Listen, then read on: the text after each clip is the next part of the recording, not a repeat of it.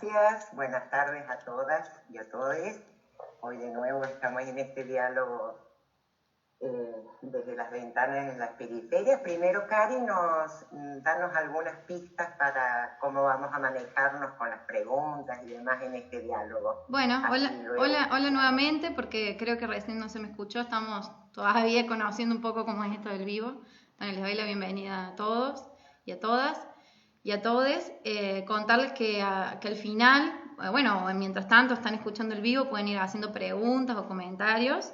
Y más al último va a haber una consulta que les hacemos para saber si les está gustando esto que están escuchando, si nos dan alguna pauta para continuar, a lo que consideren. Bueno, muchísimas gracias, Cari. Bueno, buenas tardes de nuevo. Vamos a dar inicio a este segundo diálogo desde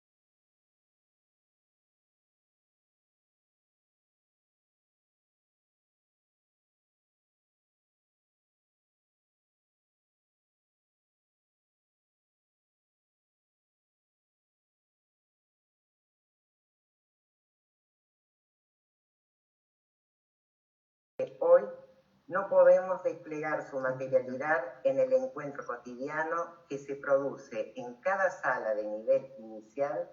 Queremos construir puentes de confianza en esta nueva manera de transitar la escuela.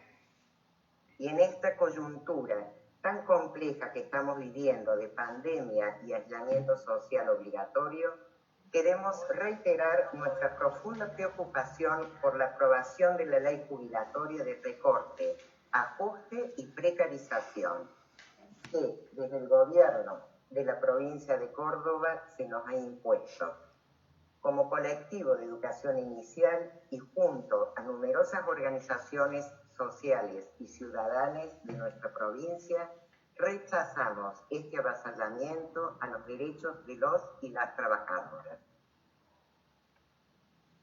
Presentamos este diálogo, este espacio que hemos llamado diálogo desde las ventanas en las periferias, compartiendo con ustedes que cuando hablamos de ventanas pensamos junto a Walter Cohen que las ventanas son miradores, son aquellas partes de la casa que marcan el pasaje entre el adentro y el afuera.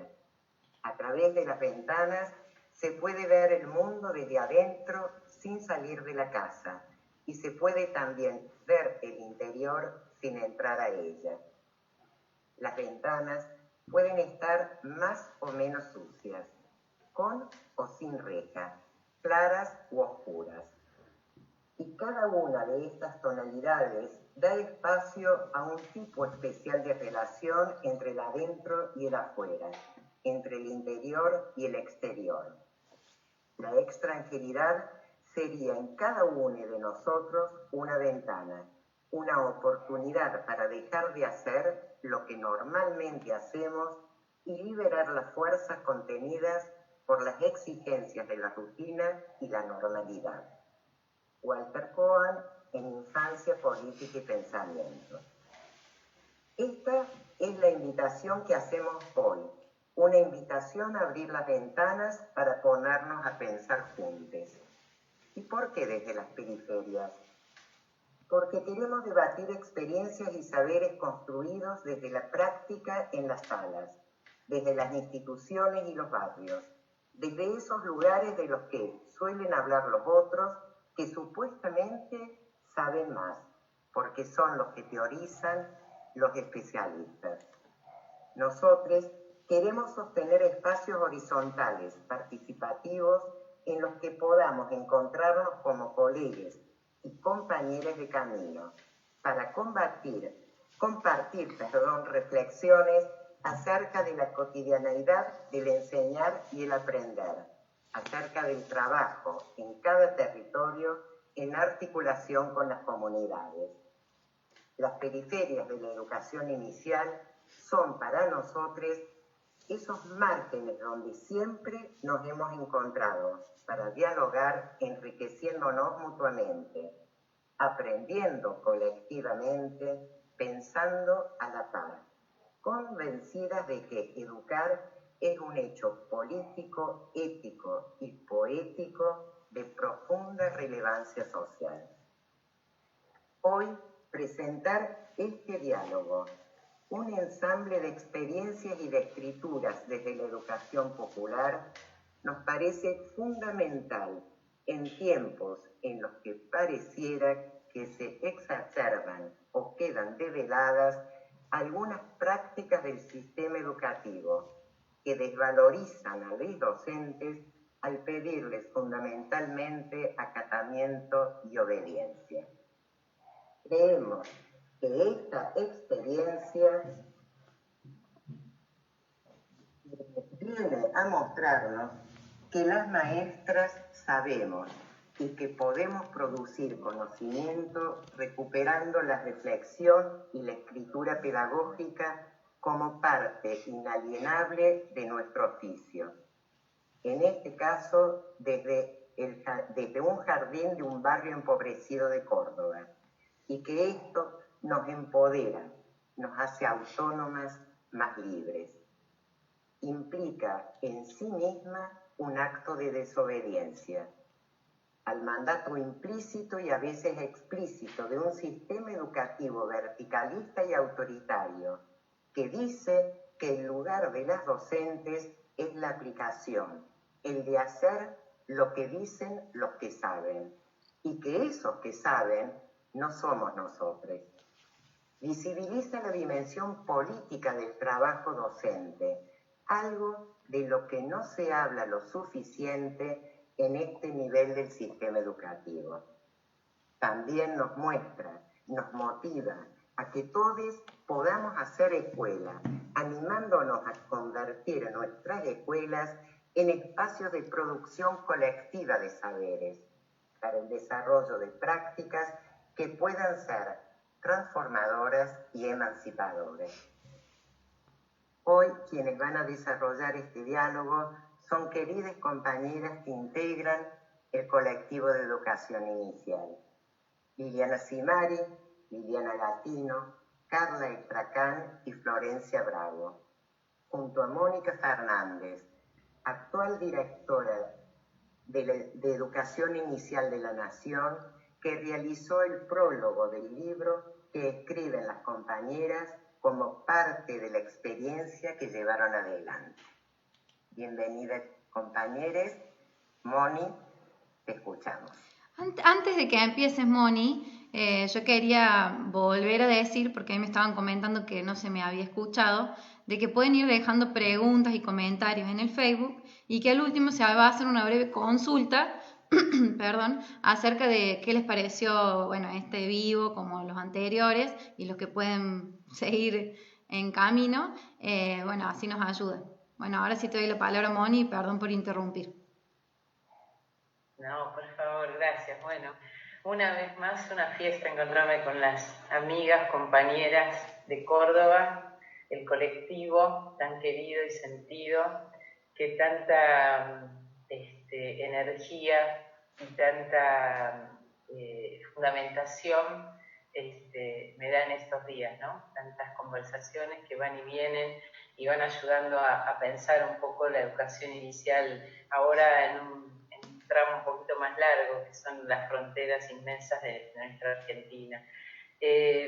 La verdad que celebro y agradezco eternamente el día en que fui invitada a escribir el prólogo de este libro, de las compañeras, que recupera experiencias, que recupera la posibilidad lúdica como modo de estar, ¿no?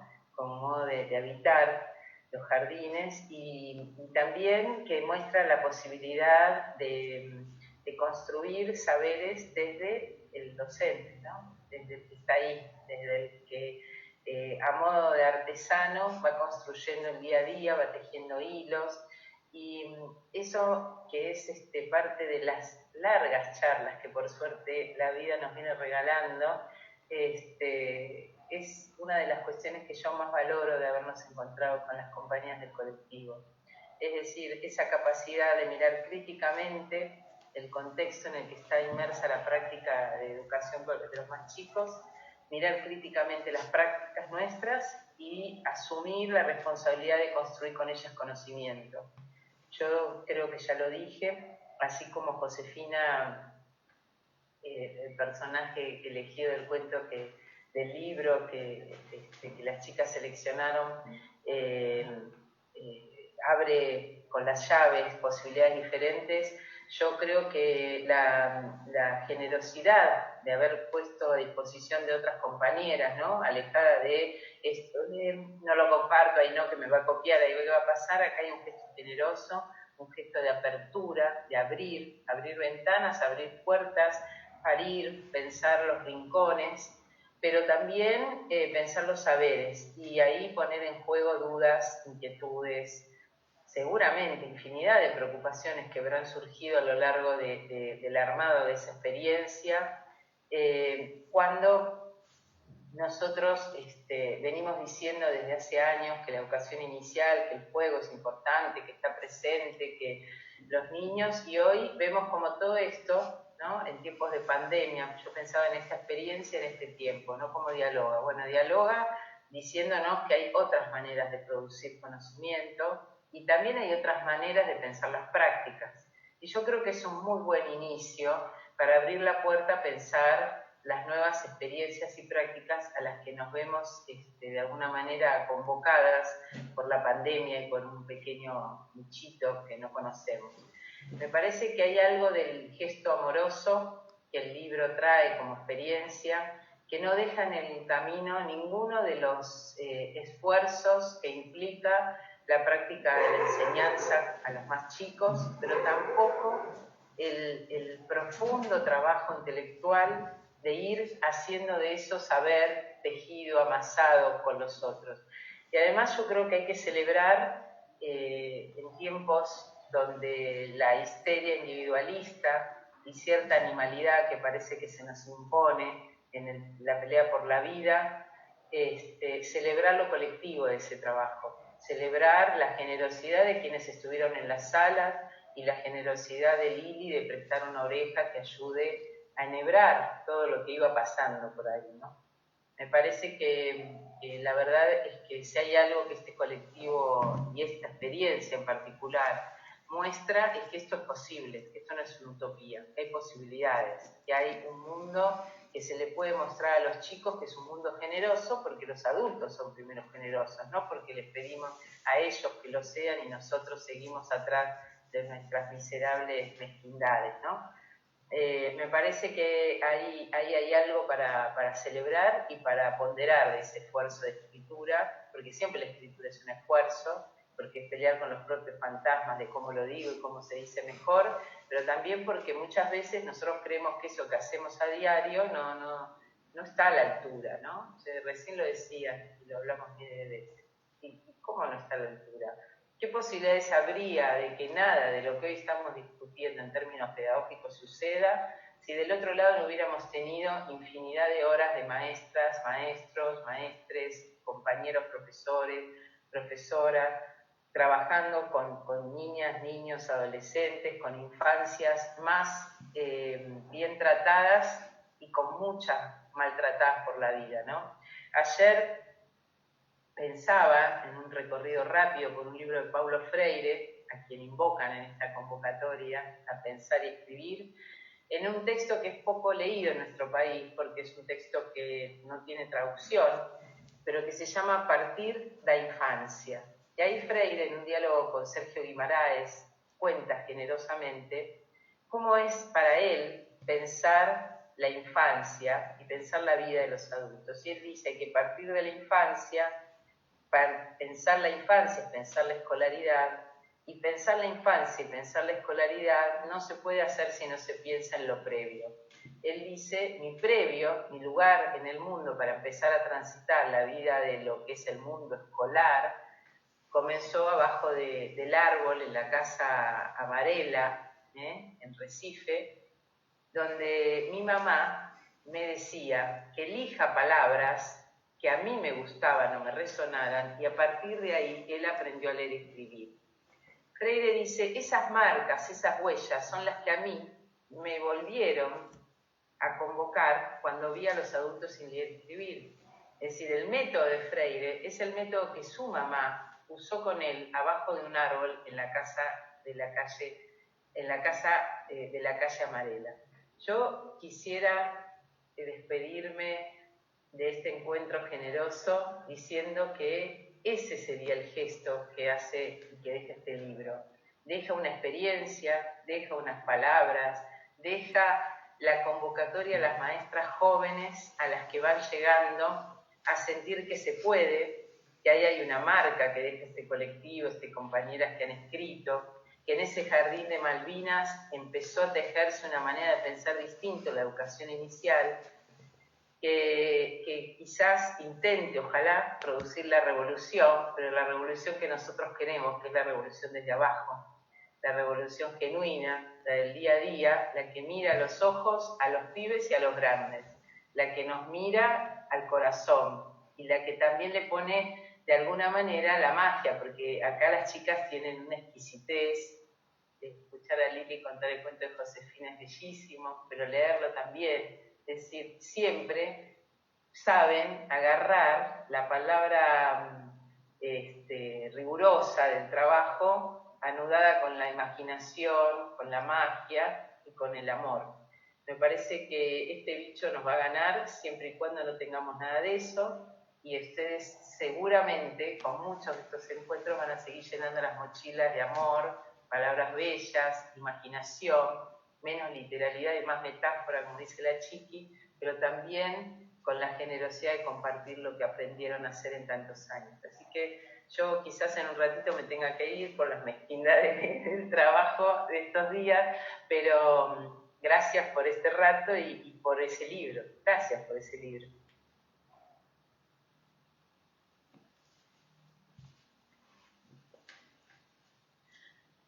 Bueno, muchas gracias Moni por acompañarnos, gracias Dolo por la presentación y gracias al colectivo que nos da este espacio para seguir reflexionando las infancias, la educación.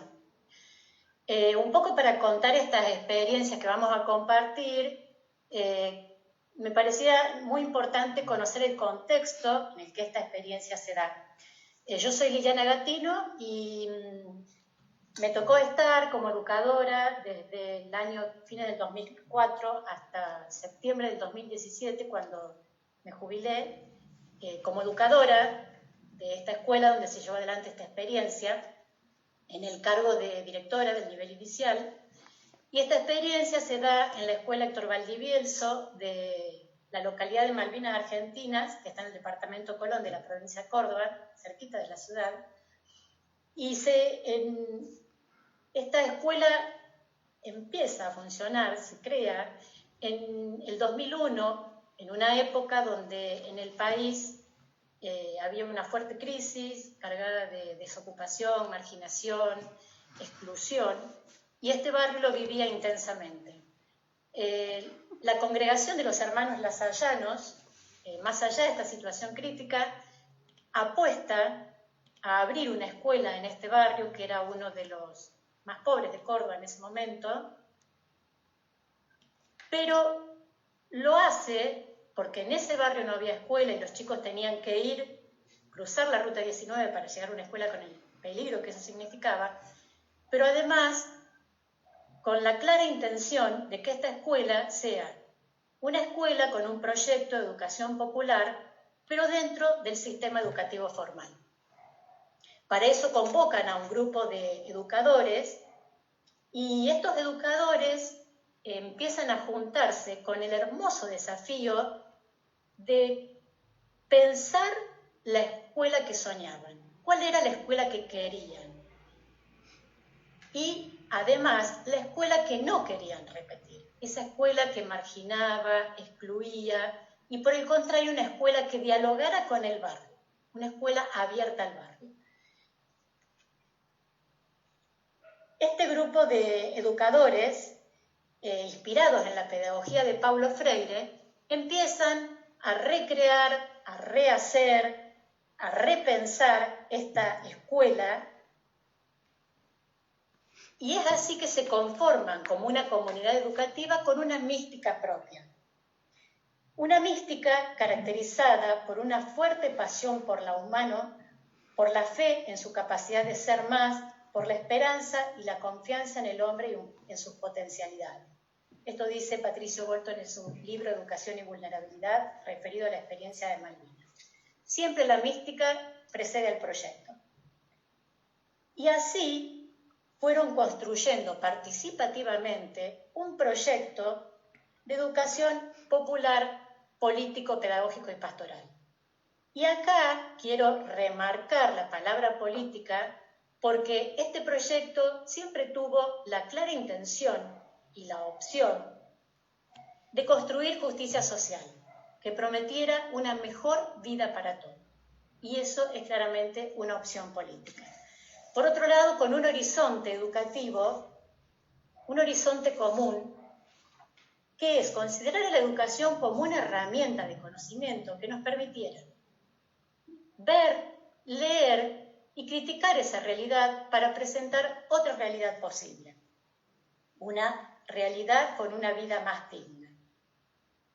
Esto llevó a que los docentes necesitaran un espacio semanal de reflexión. Es así que todos los martes se juntaban para poder seguir reflexionando sobre la realidad y sobre las prácticas. Esto que Freire llama acción, reflexión, acción. Y esto derivaba, por ejemplo, entre otras cosas, en observaciones entre pares. Los docentes se observaban para poder hacerse reflejos y seguir nutriendo la práctica. Y como algo más profundo todavía, los docentes que actualmente se hace, yo hablo por ahí un poco en pasado, un poco en presente, porque sigue siendo un presente la escuela, para mí es un pasado reciente. Estos retiros pedagógicos, que abarcan 2 días y medio, es una reflexión más profunda sobre el proyecto, sobre cómo sigue el proyecto, qué cambios hay que ir haciendo, qué cosas se pueden seguir repitiendo, pero sobre todo es un espacio de encuentro y celebración entre educadores.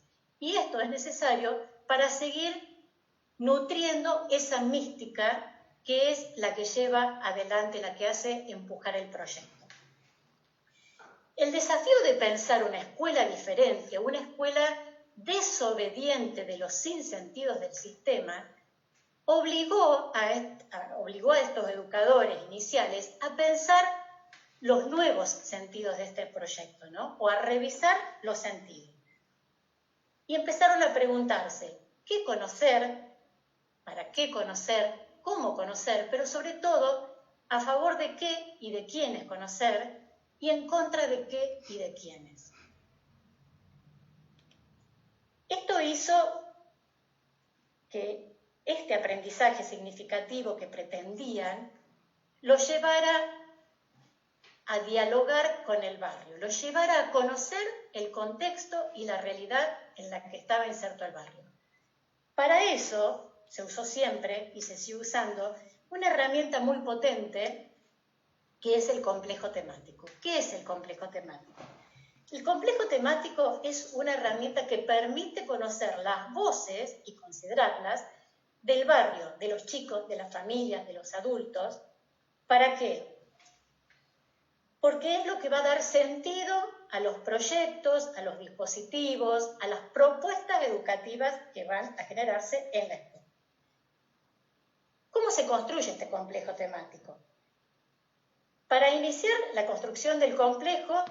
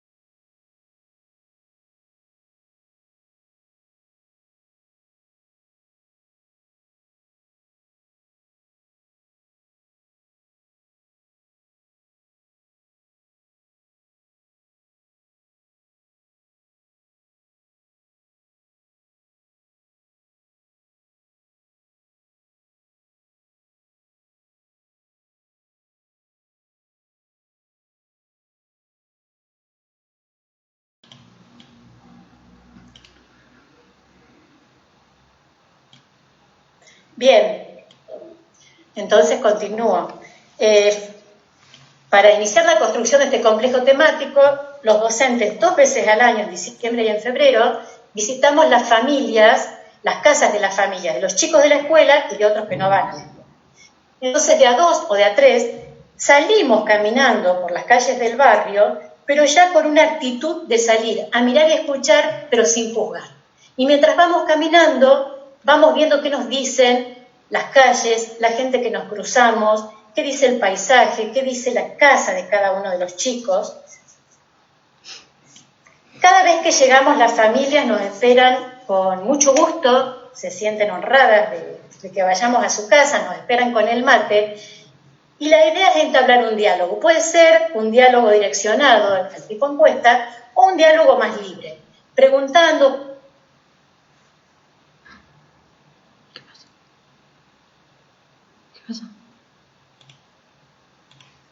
¿Qué pasó? Me parece que Lili se quedó en silencio.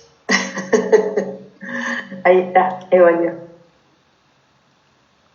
¿Se escucha? Ahora sí.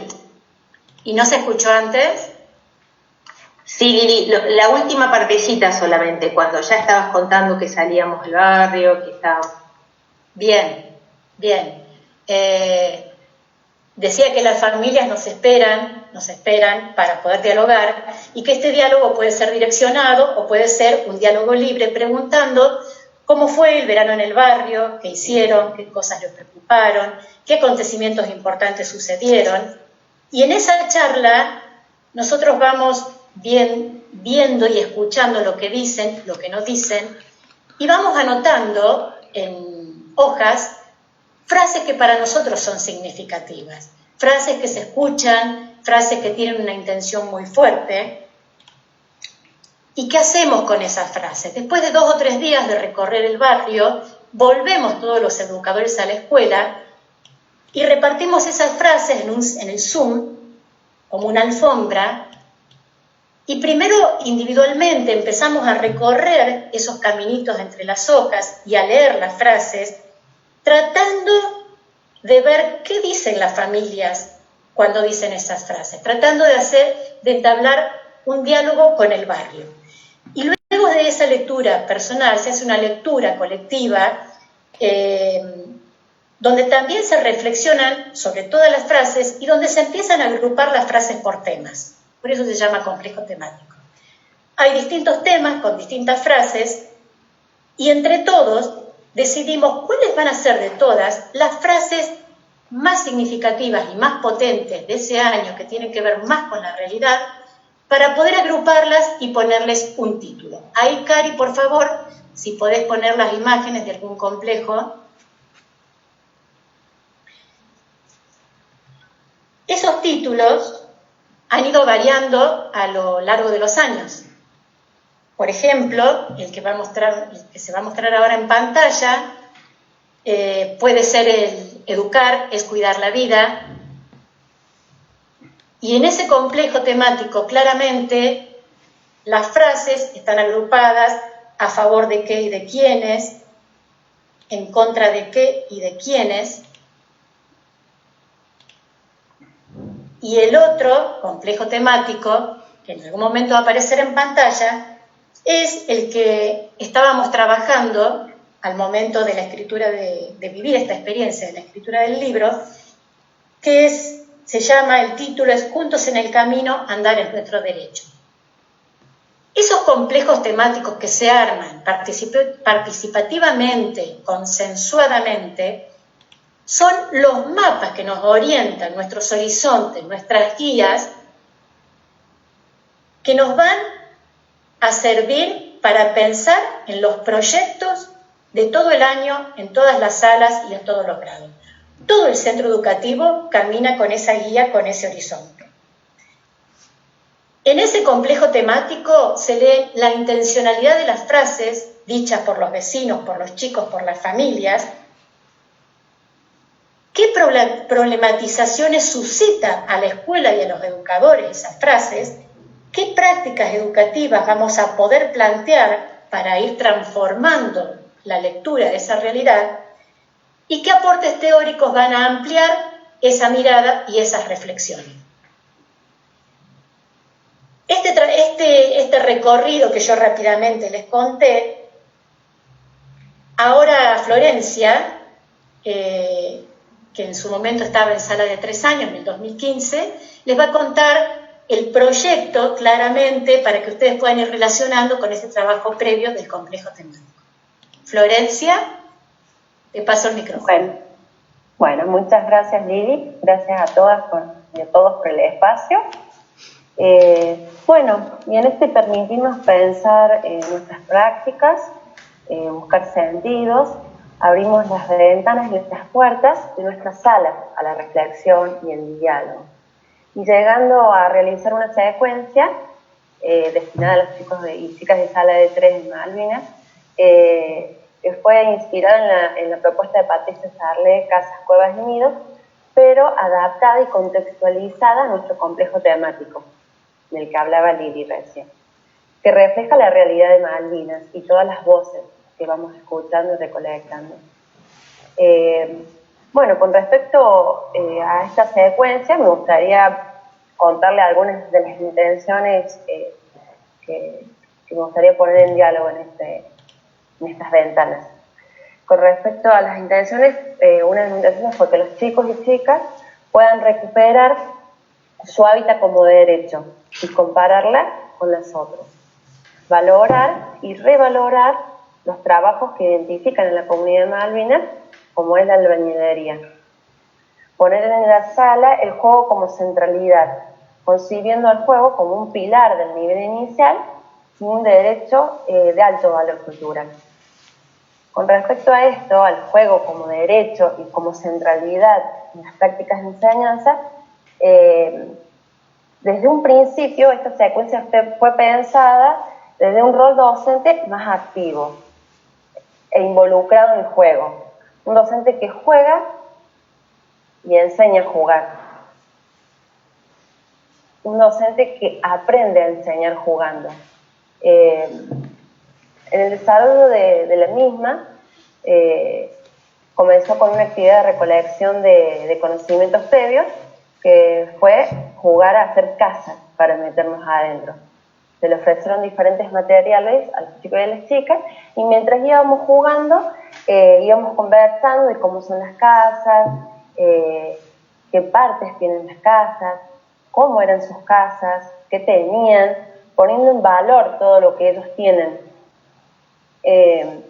Incorporamos algunos de juegos de la sala, como del sector del hogar, merendamos adentro de la casa, ahí seleccionamos algunas imágenes que más o menos acompañan el relato que les estoy contando. Llevamos el sector del hogar a esa casa que hicimos, merendamos adentro de la casa y hasta leímos un cuento. En estas actividades, como muchas otras a lo largo de la secuencia, a la adentro y a la afuera de la sala, se podía percibir como el juego con intención pedagógica estaba por encima de las rutinas, de la rutinización del jardín. Jugábamos todos los días con una intención pedagógica, y no era solamente desde mi posición docente, sino que había un deseo de los chicos y las chicas de jugar y seguir investigando. Y en este poder recuperar su hábitat como derecho y valorar y revalorar uno de los trabajos que identifica la comunidad, que es la albañilería, que les decía al principio, para llegar a eso salimos al barrio a observar casas.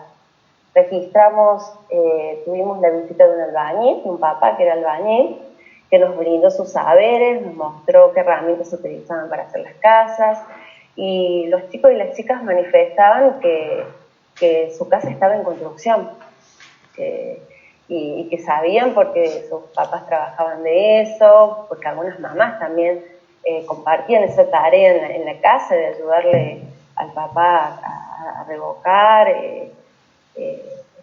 Cuando tuvimos la visita del albañil, el albañil trajo planos, los chicos conocieron planos, empezaron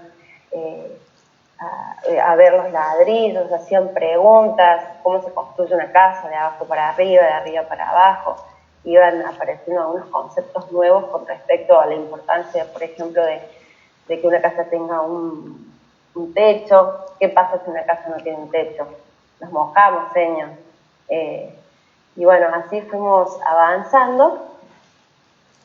En cuanto a valorar nuestra hábitat y compararla con los demás, luego de haber conocido cómo se construían las casas en Malvinas y cómo eran cada una de sus casas, nos preguntamos de cómo sería el hábitat de los pájaros. Esto nos llevó a mantener la centralidad del juego que veníamos teniendo a lo largo de la secuencia, pero esta vez aprendiendo a mirar la realidad con otros ojos. Ya habíamos comenzado a mirar las casas, lo cotidiano del camino al jardín, porque siempre el camino al jardín era como que a lo largo de los diálogos que teníamos con los chicos y las chicas, salía porque era lo que más veían y lo que yo recorría al llegar al jardín. Pero esta vez no mirábamos las casas, sino que salimos a las calles a observar los árboles, los cables, todos aquellos lugares donde los pájaros pueden hacer nidos. Y salimos varias veces al barrio. Juntamos ramas, elementos que nos sirvieron para el rincón de la ciencia, hicimos un rincón de la ciencia. En uno de las salidas didácticas un vecino nos bajó un nido que estaba abandonado, así que lo incorporamos en nuestro sector de ciencias.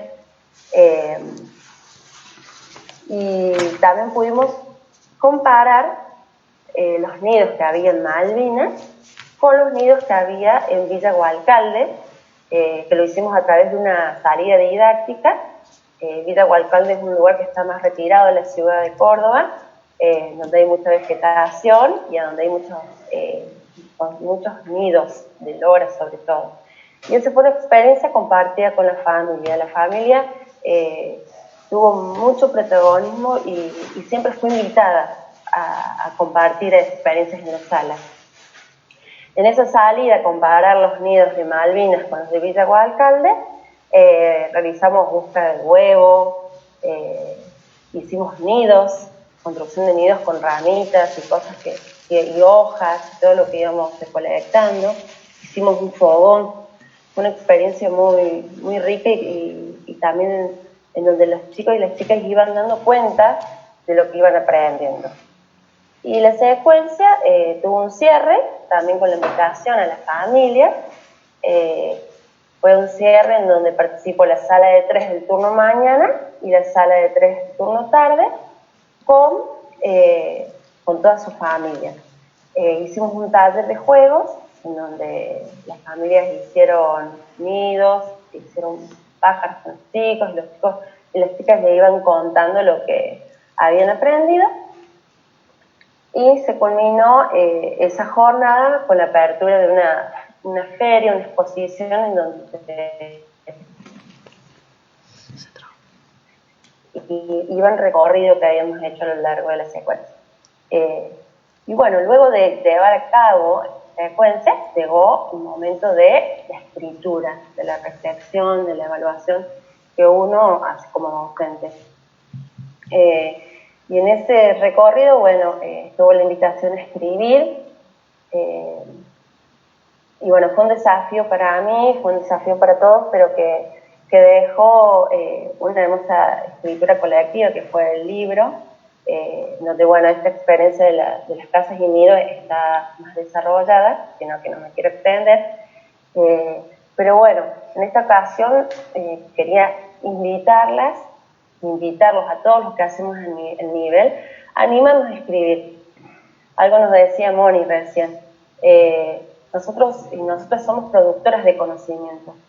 Adentro de la sala se realizan un montón de prácticas de enseñanza que algunas veces pensamos no están a medida o tenemos la duda que pueden ser equivocadas, pero no, es inmenso el trabajo que se hace, así que bueno, les invito a que puedan escribir, que se animen y también a que puedan continuar siendo sensibles, a escuchar, percibir cómo la subjetividad de los aprendizajes de los niños y las niñas se van manifestando en sus diálogos, en sus gestos, en lo que dicen sus cuerpos. Con respecto a esto, la profesora y nuestra compañera Carla Strachan nos ayuda a seguir pensando aún más en este diálogo. Así que te doy el micrófono, Carla. Bueno, gracias, Flor. Bueno, buenas tardes a todos, a todas. Mi nombre es Carla Strachan, yo soy profesora de nivel inicial en la Escuela Héctor Validielso actualmente, igual que Flor.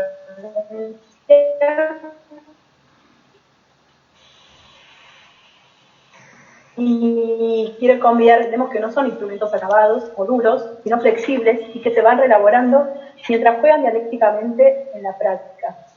Pensar las experiencias de infancias en cada contexto es leer la realidad del barrio y ofrecer oportunidades. Los niños y las niñas de sectores vulnerados no se apropian de los bienes culturales por herencia. Entonces, es labor de la escuela convidar y repartir la cultura. En la unidad didáctica de la plaza de la tercera sección de Malvinas y el Parque de las Tejas, que se llevó a cabo en la sala de 5, fue significativa para los niños y las niñas de la sala, para sus familias y para nosotras como docentes. Cada día, cuando les presentábamos la actividad al grupo, era emocionante escuchar a los niños, ver cómo sus mundos se complejizaban o se enriquecían por medio de las experiencias vividas. Al intentar teorizar la práctica, voy recolectando las voces de los niños y las niñas de la sala. El ejercicio de escucharlos y de interpretarlos nos va dando las pistas de sus maneras de subjetivar el mundo y sus aprendizajes. Señor, yo aprendí desde arriba, me dijo un día Rocío.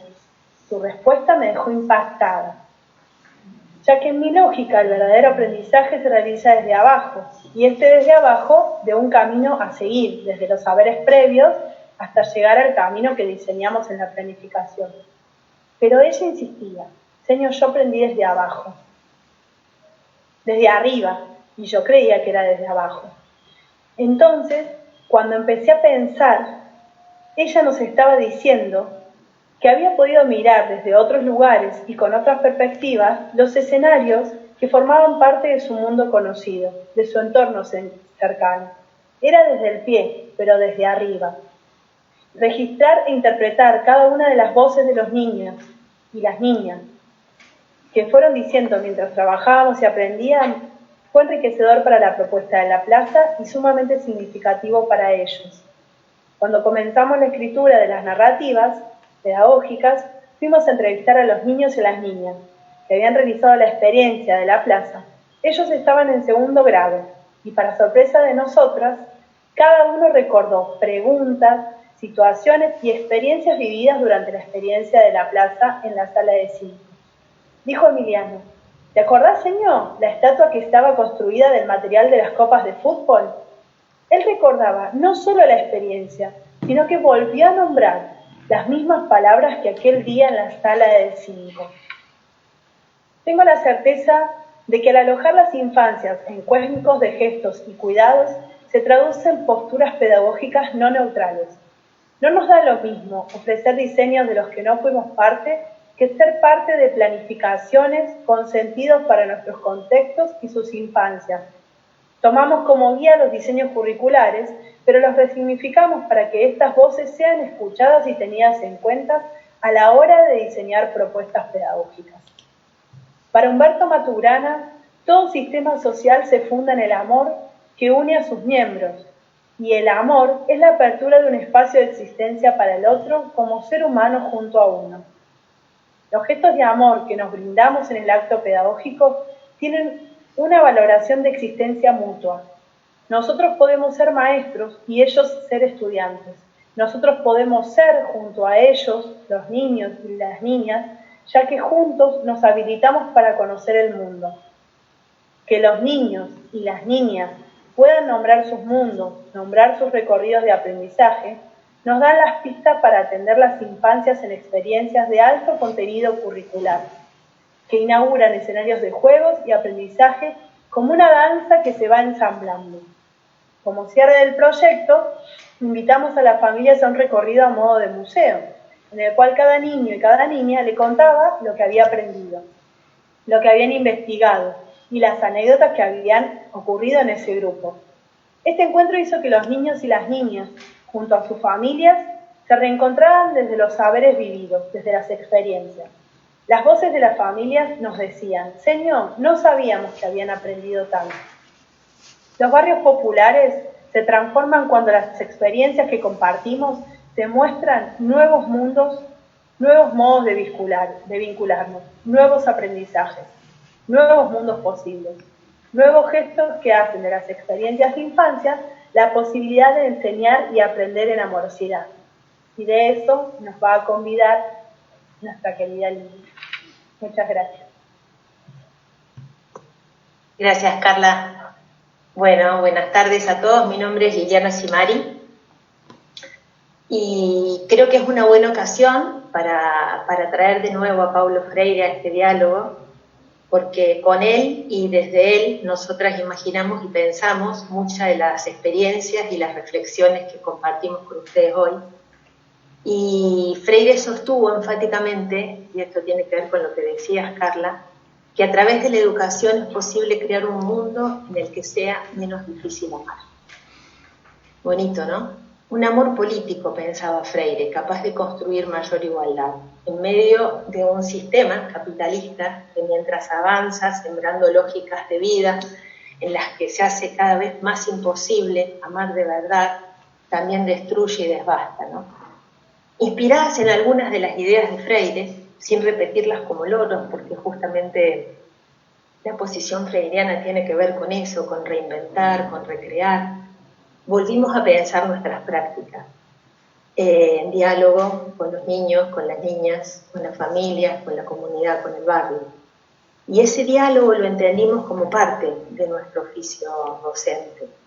Y lo hicimos para conocer, para entender, para interrogar, para enseñar, para aprender, para transformar.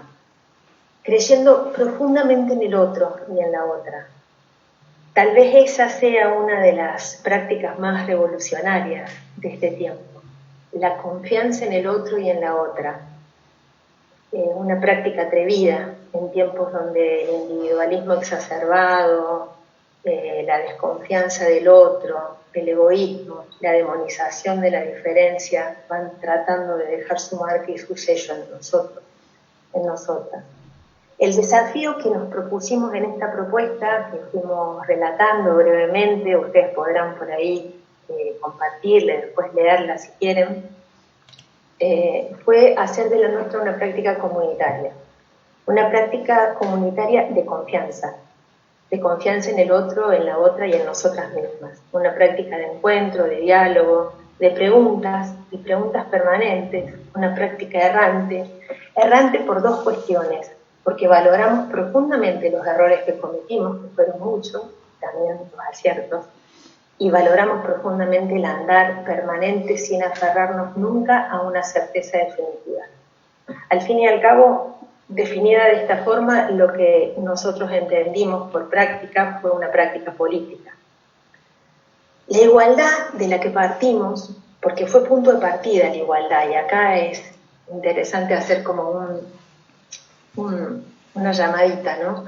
Fue punto de partida porque fue inicio, y no solo punto de llegada, porque para que la escuela se vuelva popular, como nos gusta decir a nosotras cuando hablamos de experiencias como estas en clave de educación popular, necesitamos construir espacios y tiempos de diálogo en igualdad, sabiendo que ningún saber es más importante que el otro. Ese fue el punto de partida de igualdad, la conciencia plena de que ningún saber es más importante que el otro. Diría Cohen que la igualdad política significa que los saberes de los docentes,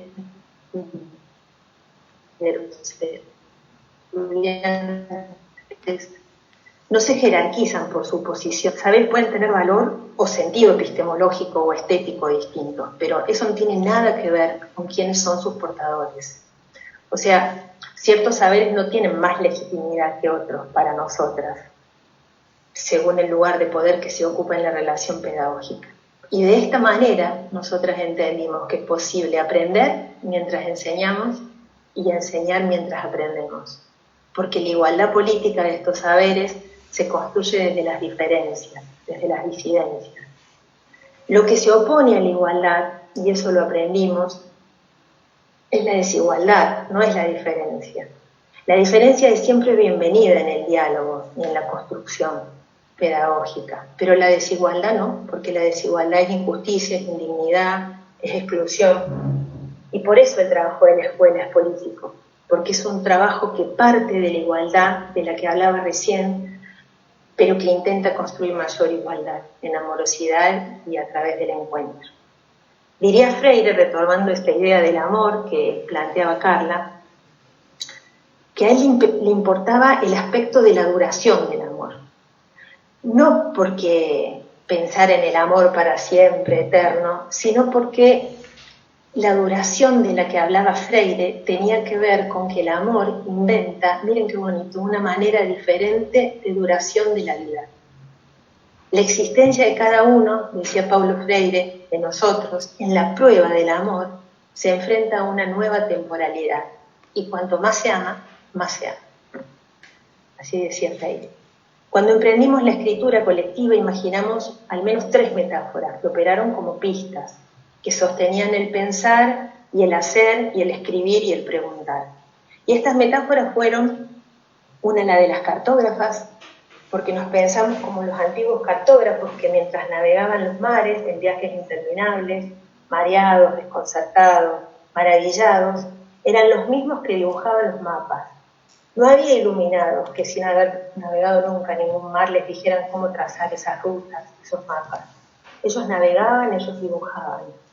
Y nosotras como cartógrafas viajeras incansables que recorren territorios complejos de la práctica, junto a otros y junto a otras, trazamos también algunos mapas, de los que habló Lili al principio, de los que fue narrando Flor en esa narrativa tan bonita de su práctica, pero mapas provisorios, mapas sin detalles, no exhaustivos, ni con la intención de señalar un camino único, sino más bien mapas para seguir pensando, mapas para orientar y mapas para volcar ahí también las incertezas, los miedos, los aciertos, los errores, los desconciertos, las esperanzas. Pero mapas juntas desde abajo y desde el pie, como dice Carla en las metáforas de las tejedoras belinches de Belén, de Catamarca, que se juntan en cooperativas tejiendo sus ponchos, sus mantas, que ofrecen enlazadas a los saberes a los visitantes que recorren la ciudad, y que se pasan los secretos ancestrales del tejido en telar, y que comparten las memorias de la cuerda, de los trazos y de las tinturas que hacen con los cardos, con las hierbas, y que se atreven a tejer en esa urdimbre una trama entre lo viejo y lo nuevo. Nosotras tejimos así narrativas de experiencia, yendo y viniendo por lo urdimbre de esa trama, narrativas de prácticas, preguntándonos, haciendo siempre la reflexión crítica de ese hacer y de esa cotidianidad que nos llevaba a volver a pensar y otra vez a escribir y a juntarnos muchas veces. Las ensambladoras, otra de las metáforas, pensamos el ensamble desde la perspectiva de la música, ¿saben? Todos los instrumentos, y nuestra voz es uno de ellos, tienen la posibilidad de producir sonidos. Algunos tienen notas y otros tienen ritmos. Y el timbre es lo propio de cada uno de esos instrumentos y de la voz. Es como una sonoridad especial, única. El ensamble es el encuentro de las armonías y de los ritmos que producen los instrumentos y las voces. Y que puede surgir a partir de lo que escribe un compositor y ejecutan los músicos a través de una partitura, pero también hay otra manera de producir un ensamble desde la perspectiva de la música.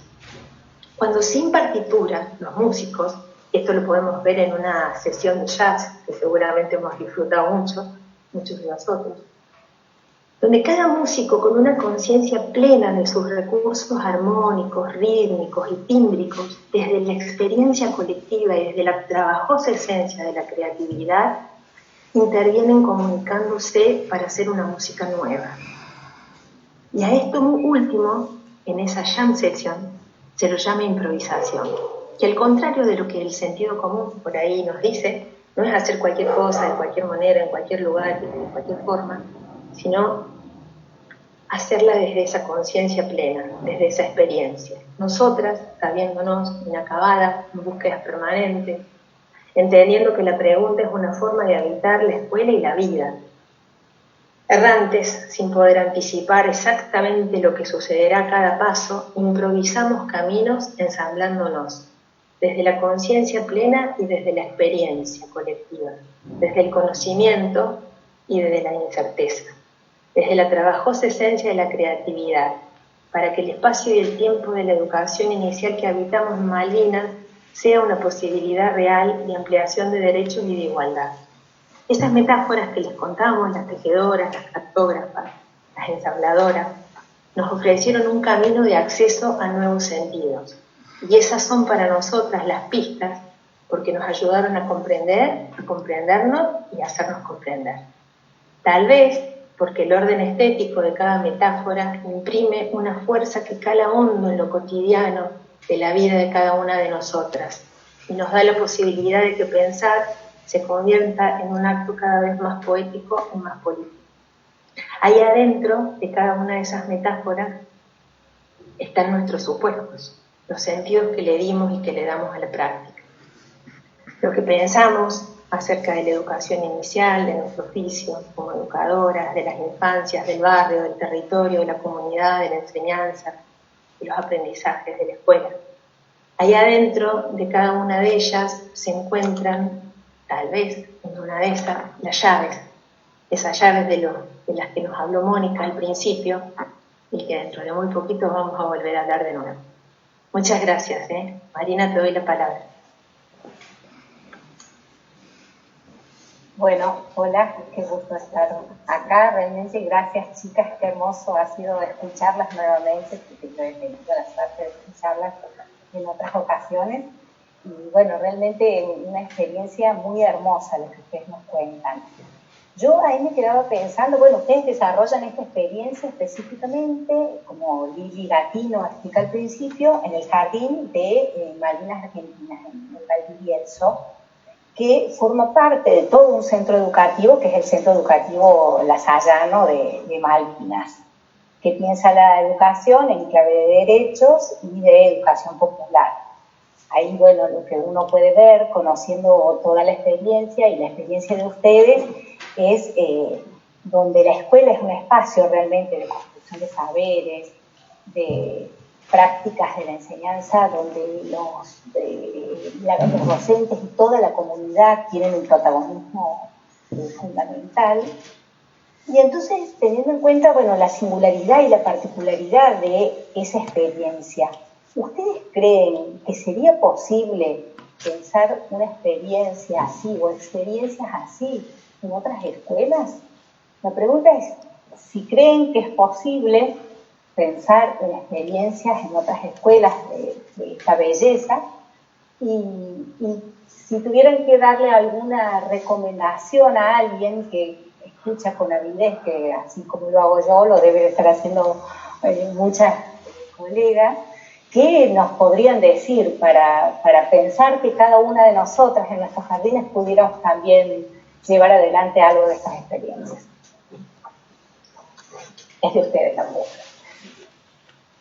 Bueno, yo Marina, que retomo un poquito así cortito, creo que no sé si es como, no estaría bueno llevar experiencias, trasladar experiencias tal cual se nos presentan o se viven a otros contextos. Es como lo que decía al principio cuando hablaba de Freire, ¿no? Él se ocupaba siempre de decir eso, ¿no? Que si quieren seguirme o si quieren pensar mi pensamiento y vivir mi teoría, mis metodologías, etcétera, no repitan, ¿no? No repitan, eso pedía él siempre, no repitan. Y yo creo que no se puede repetir, pero sí se pueden, uno puede asentarse en ciertas claves, ¿no? O, ¿cómo decirlo?, en ciertas notas. Y yo creo que las notas tienen que ver con esto de la pregunta permanente, de la pregunta por la búsqueda del sentido. Esa es una clave para poder vivir experiencias de educación inicial que verdaderamente transformen, ¿no? Esa rutinización en la que a veces nos movemos, o ese hacer siempre lo mismo y el sinsentido. Me parece que la pregunta abre a la posibilidad de construir el sentido de lo que hacemos.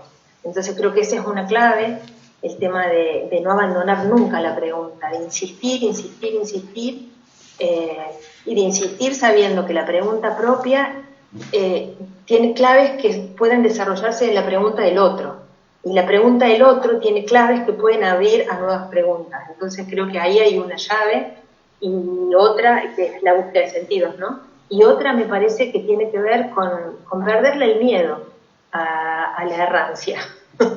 andar sin certezas absolutas y perderle el miedo a equivocarse y al error, y aprender de esos errores para poder construir algo mejor, ¿no? Me parece que por lo menos esas dos cuestiones, no sé, es lo que me sale así rápido. No, está buenísimo, que tiene que ver, bueno, esa idea, ¿no? De que de esto nos resonó y cómo ahí uno lo va reconstruyendo en la singularidad, en la particularidad de los contextos de uno.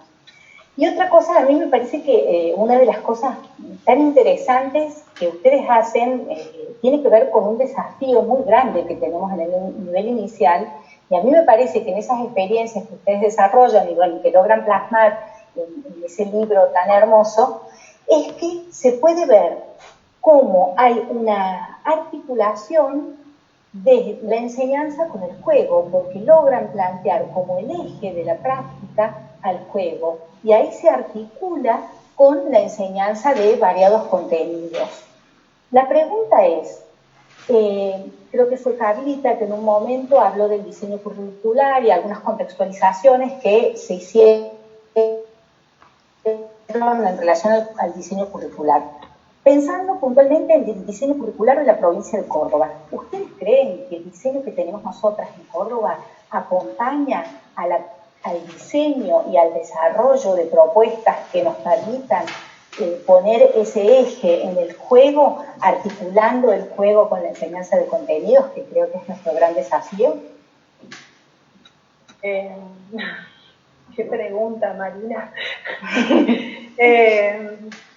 A mí me parece que nosotros nos desafiamos a poder abrirnos, a tomar, a enriquecernos de muchos lugares, ¿no? Y no solo, digamos, no es que nosotros no tomamos el diseño de Córdoba y que no damos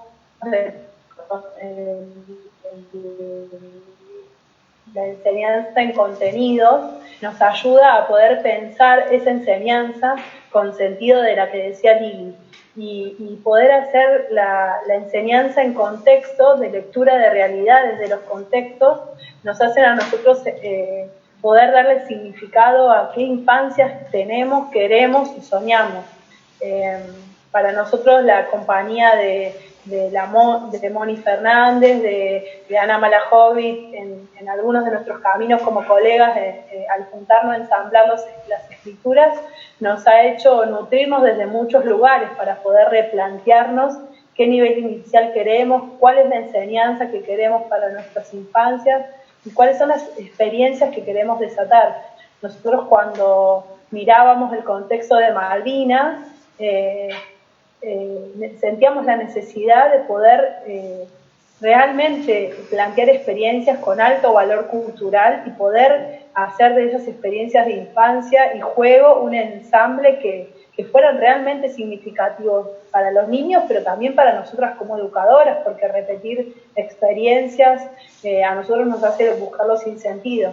Y de hecho creo que un poco confirmamos esto cuando 3 años después de la experiencia buscamos a los niños y decían y se acordaban de escenas puntuales en las que habían comparado sus escenarios conocidos con otros mundos, cuando la niña que expresaba que había aprendido desde arriba podía volver a rectificarse en sus palabras. Para nosotros es el día de hoy cruzarlos en la escuela y que alguna palabra pongan con respecto a las experiencias de la plaza, de las casas y los nidos, del juego con las familias.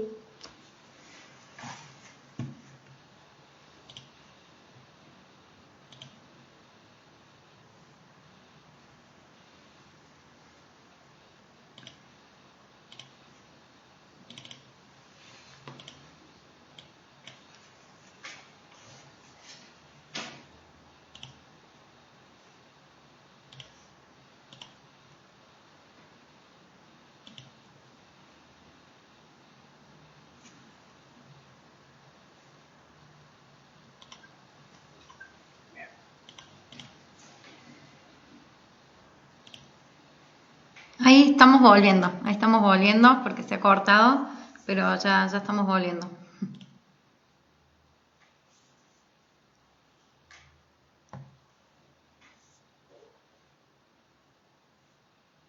Ahí retomamos. Carla. Bueno, un poco eso, creo que respondo, Marina, no sé si mis compañeras tienen otra cosa para contar. Yo creo, Marina, Carla, chicas, que el diseño de la provincia de Córdoba ha avanzado muchísimo de lo que teníamos a lo que tenemos hoy. Creo que hay una revisión ahí que no se termina de entender, tiene como una fecha de vencimiento, como la leche parece, ¿no? Que es de tanto, y después se la cambian, pero sigue siendo el mismo.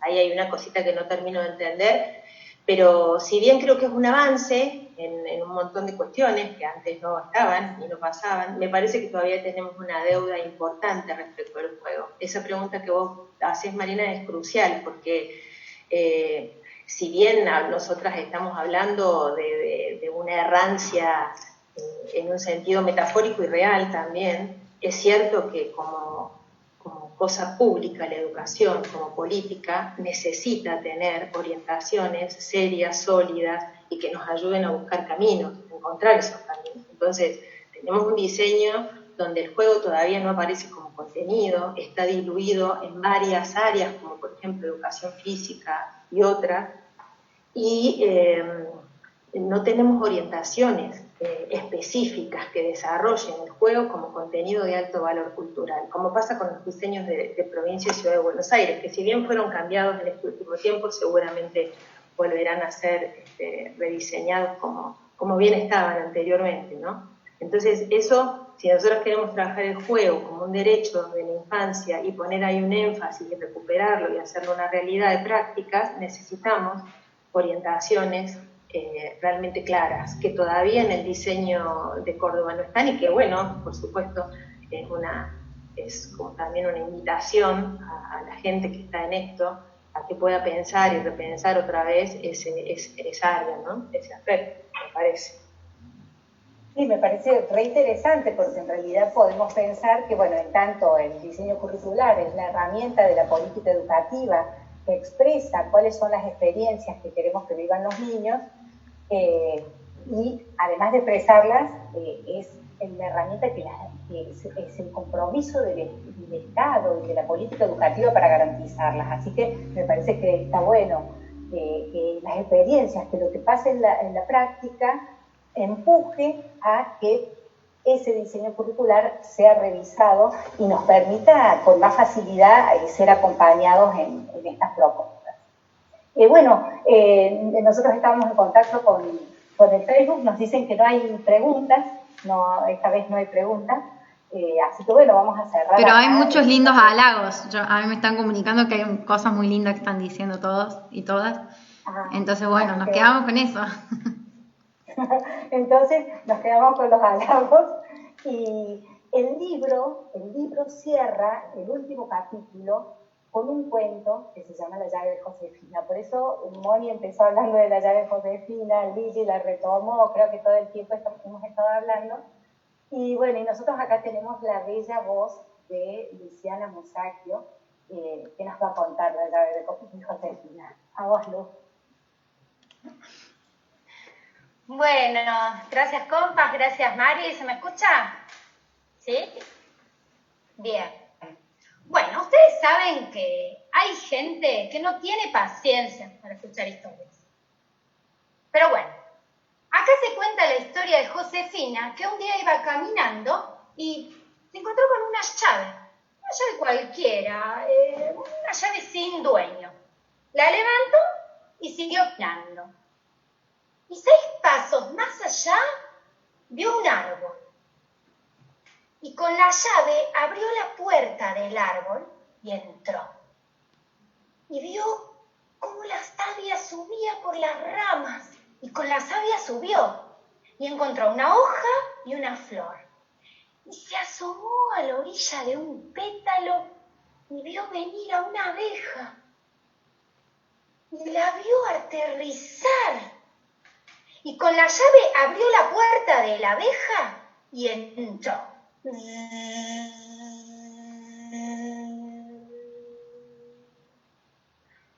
La oyó zumbar desde adentro y probó el sabor del néctar y el peso del polen.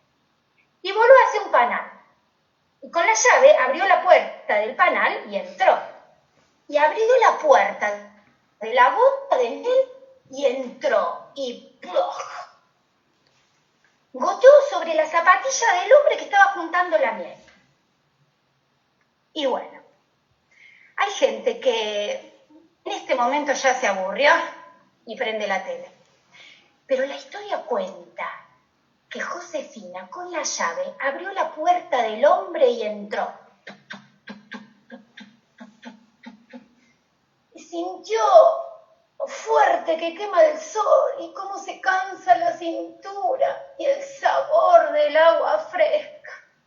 Y con la mano del hombre acarició un perro común y silvestre.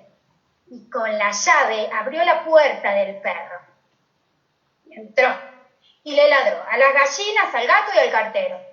Y después con la llave abrió la puerta del cartero, de las gallinas, del gato, de las limas para uñas, de las tortas de crema, de los banquitos petizos y de los grillos. Bueno, hay gente que a esta altura ya se fue a tomar la leche. Pero la historia dice de que cuando estuvo segura de que esa llave abría todas las puertas, Josefina abrió la puerta de Josefina y entró.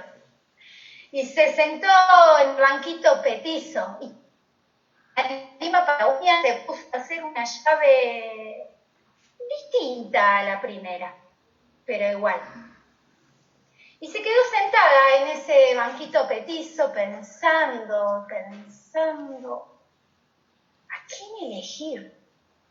Sí, ¿a quién elegir? Porque no es cuestión de dársela a cualquiera. Pero si vos todavía estás ahí, si no prendiste la tele y no te fuiste a tomar la leche, Toma, agárrala. Porque dice Josefina que la llave es tuya. La llave de Josefina de Iris Rivera. Muchas gracias. Hermoso, Lu, hermoso, me encantó. Muy bello. Bueno, ahora sí, ya estamos todas.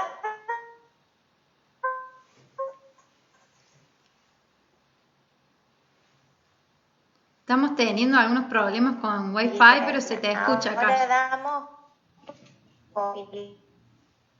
a esta jornada. Esperamos que la hayan disfrutado tanto como nosotras. ¿Se me escucha bien? Sí. Bien, ¿vio? Les agradecemos, mucho la presencia y la participación en este vivo. Estén atentos a la información que se publica en las diferentes redes sociales colectivo, el Facebook, Patanas. Así que los esperamos en una próxima transmisión. Y recuerden, nosotros les vamos a publicar ahora en el chat un link con una pequeña consulta para ver cómo están viendo los vivos, si tienen alguna propuesta para hacernos. Y a su vez les quiero contar que en el Facebook del colectivo vamos a estar publicando uno de los últimos artículos que hicimos para la revista Juanito, en donde ahí abordamos el tema de hacer escuela en esta época de la pandemia, ¿sí? Así que esperamos que lo hayan disfrutado y nos estaremos viendo en la próxima. Me están diciendo del otro lado que se viene cortando bastante, es una cuestión de internet y esta hora, pero agradecemos todos que se haya podido escuchar. Espero que se escuchó todo el cuento, eso es lo más importante, que fue hermoso, gracias Lu. Y resaltar lo que dice Calla, vuelvan a las redes, porque está bueno, seguirnos por ahí y también sumarse, ¿por qué no? O sea, súper invitados todos los que quieran, los y las que quieran participar. Exacto, este vivo va a quedar guardado ahí en el Facebook del colectivo. Sí, como el anterior también. Exacto, buenísimo. Muchísimas gracias entonces. Nos vemos. Un gusto. Chao. Gracias. Chao. Gracias.